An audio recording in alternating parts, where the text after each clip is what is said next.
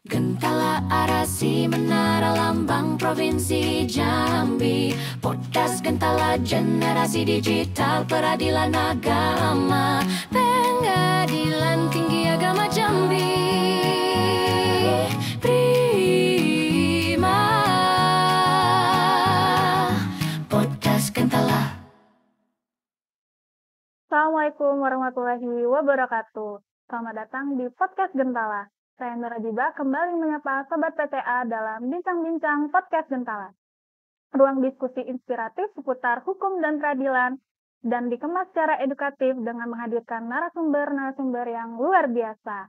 Baik, hari ini kita akan membahas nilai yang sangat penting dan nilai ini juga ada pada 8 nilai utama Mahkamah Agung Republik Indonesia, yaitu integritas. Baiklah, tentunya saya tidak akan berbicara sendiri. Sudah hadir bersama saya seorang narasumber yang inspiratif, kompeten, dan humoris, Bapak Dr. Anda Sudaibi, yang merupakan seorang hakim tinggi di PTA Jambi, dan insya Allah bisa sharing-sharing langsung mengenai apa itu integritas. Baik, Assalamualaikum warahmatullahi wabarakatuh, Pak. Apa kabarnya? Waalaikumsalam, alhamdulillah sehat. Alhamdulillah. Baik, Pak. Hari ini kita akan bicara tentang integritas ya, Pak. Kalau kita bicara integritas, tentu saja memiliki banyak definisi nih, Pak. Ada yang berkata integritas itu kejujuran, dan ada yang menyebut juga konsistensi. Nah, menurut Bapak, bagaimana sebetulnya makna integritas itu sendiri? Iya, kalau kita ingin lebih cepat memahami arti daripada integritas, kalau saya suka memahaminya dari segi bahasa dulu. Integritas kita sendiri pernah sering mendengar, misalnya Jambi ini adalah merupakan bagian integral dari Negara Kesatuan Republik Indonesia. Itu artinya bahwa Jambi itu adalah merupakan satu kesatuan yang tak terpisahkan dengan wilayah kesatuan negara Republik Indonesia. Jadi integritas itu artinya ada persesuaian antara perbuatan yang kita lakukan dengan perkataan, artinya dengan ide yang ada dalam pikiran kita, ide yang sesuai dengan nilai-nilai yang berlaku untuk negara kita. Makanya integritas itu dalam bahasa agama itu bisa diartikan dengan jujur atau sama dengan jujur. Jujur dan integritas itu sendiri memang harus, kalau pengen kuat, punya dasar yang kuat harus didasarkan atas keimanan.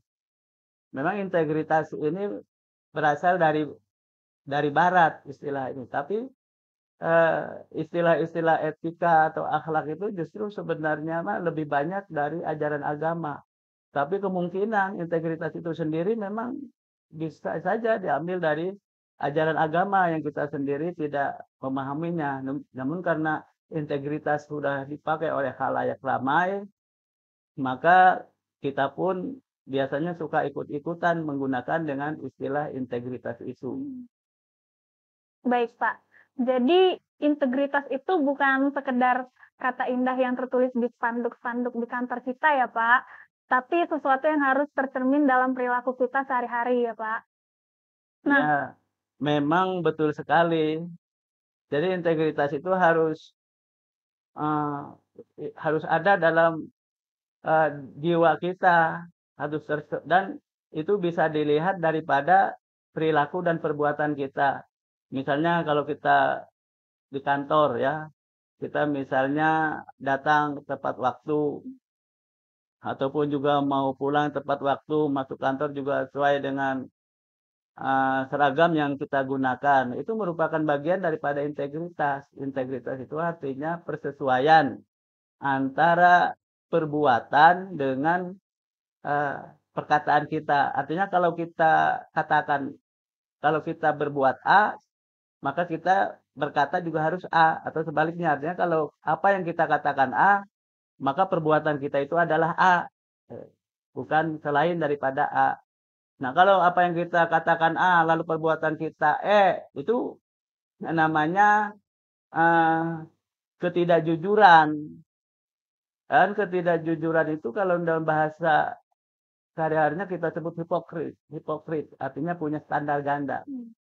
Kalau kita dengan si A bicaranya begini, sementara kita bicara dengan yang lain berkatanya lain. Itu namanya punya posisi standar ganda, punya sikap standar ganda. Dan itu perbuatan yang tercela karena akan menjatuhkan kepada wibawa kita. Ada dari peribahasa, satu kali lancur, orang tidak akan percaya selamanya. Nah, satu kali kita kedapatan punya standar ganda, maka selamanya orang akhirnya tidak akan percaya kepada apa yang kita ucapkan. Dan ini memang masalah kita semua sebagai bangsa. Dari segi bangsa memang kita dari segi kejujuran sepertinya dinilai oleh orang itu rendah. Karena sehingga kita menganggap itu suatu budaya bangsa kita yang memang sudah seperti itu. Dari segi bahasa misalnya. Jalaluddin Rahmat dalam bukunya Psikologi Komunikasi, dia mengatakan memang begitu. Misalnya ketika kita menyebutkan kaki kita patah, itu kalau orang tradisi di barat itu mengatakannya I broke my leg. Terjemahkannya lucu. Kalau I broke my leg itu saya mematahkan kaki saya. Padahal sebenarnya itu artinya tidak ada tanggung jawab dari kita. Sebab kalau I legs my broke, saya itu sebagai pelaku. Ketika kaki kita patah, kita sebagai pelaku. Kalau kita kan tidak. Kita selalu mencari kambing hitam. Kan istilahnya begitu. Walaupun masih jauh dengan Idul Adha, tapi kalau ada hal-hal yang buruk, situasi kita misalnya itu selalu mencari kambing hitamnya. Begitu. Baik Pak, kalau kita bicara di dunia kerja, khususnya Bapak sendiri yang berprofesi sebagai hakim dan menjadi bagian dari pengadilan, tentu menjaga integritas itu bukanlah hal yang mudah. Menurut Bapak, apa tantangan terbesar yang biasanya Bapak hadapi? Beberapa tentang hal-hal yang menjadi kendala ya untuk melaksanakan integritas itu. Mungkin situasi yang ada di lingkungan kita sendiri misalnya agak kurang kondusif ya. Misalnya ruangan terlalu kurang memadai lah. Tapi kan hal itu kalau kita memang sudah punya niat mau memperbaiki dan bekerja di sini, yang penting kan bukan lihat kondisi dan lingkungan kita, tapi bagaimana hati kita.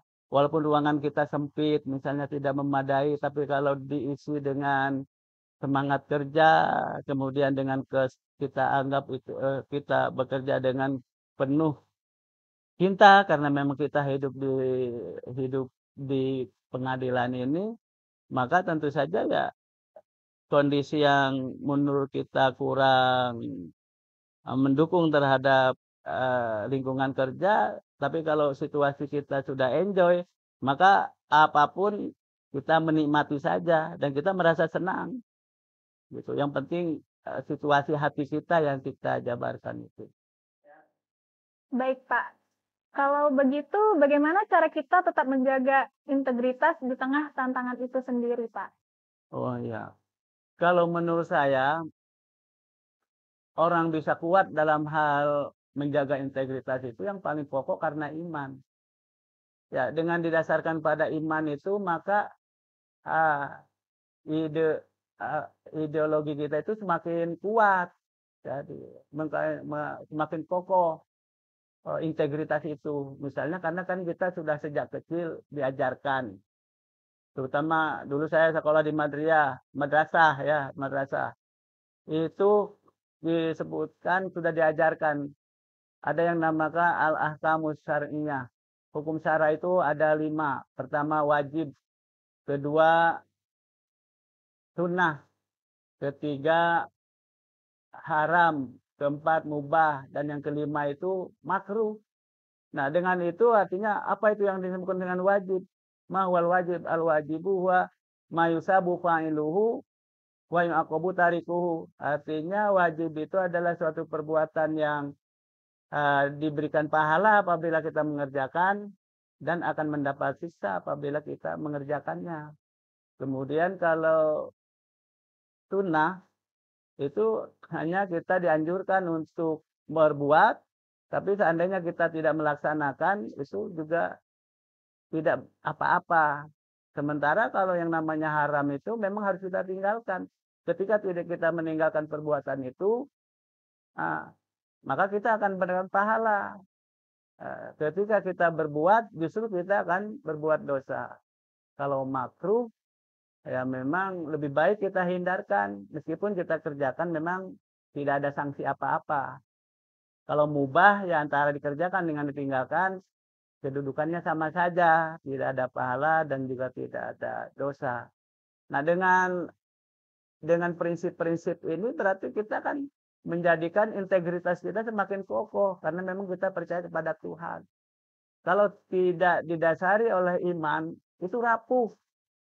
Ya, ajaran-ajaran yang tidak didasarkan ada ini rapuh mereka karena Tuhan sendiri menggambarkan suatu ajaran yang tidak didasarkan atas keimanan itu ibarat debu yang ada di atas batu kemudian tertimpa oleh hujan maka sama sekali setelah itu tidak ada tersisa sama sekali. Jadi tidak puas. Jadi agar kita integritas kita benar-benar terjaga, maka memang tidak ada lain adalah iman. Baik, Pak. Apakah Bapak punya contoh nyata yang bisa menggambarkan bagaimana pentingnya dari integritas itu sendiri, Pak? Iya, kalau memang kita tidak bisa menjaga integritas, itu akan uh, mengurangi kepercayaan mereka terhadap kita. Kepercayaan masyarakat terhadap kita warga pengadilan itu menjadi rendah. Nah, itu makanya nah, integritas itu harus kita junjung tinggi. Dan sebenarnya integritas itu bukan hanya untuk pegawai saja, seluruh bangsa kita ini harus menjaga integritas. Juga jangan coba-coba misalnya warga kita nih mencoba-coba datang ke pengadilan atau mendekatkan pendekatan ke salah satu pegawai di kantor ini bagaimana atau urusannya ingin dipercepat atau dimudahkan atau dimenangkan sekalian itu tidak bisa diatur seperti itu karena semuanya itu ada SOP-nya. Tidak bisa perkara itu dipercepat, tidak juga bisa diperlambat. Jadi ketika ada masyarakat yang berusaha mencoba itu sebenarnya itu memang memang sama pegawai itu harus dijaga integritasnya. Disitulah ya kita harus bisa menjaga integritas dan diuji integritas kita jangan sampai kita mengikuti keinginan orang lain.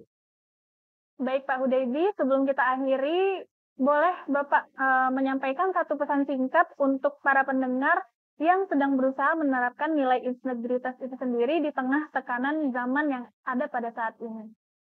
Ya memang tekanan zaman saat ini boleh dibilang sangat berat.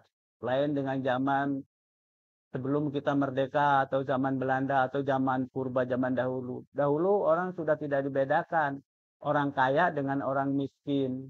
Orang kaya pergi ke pasar naik delman. Orang miskin juga naik delman.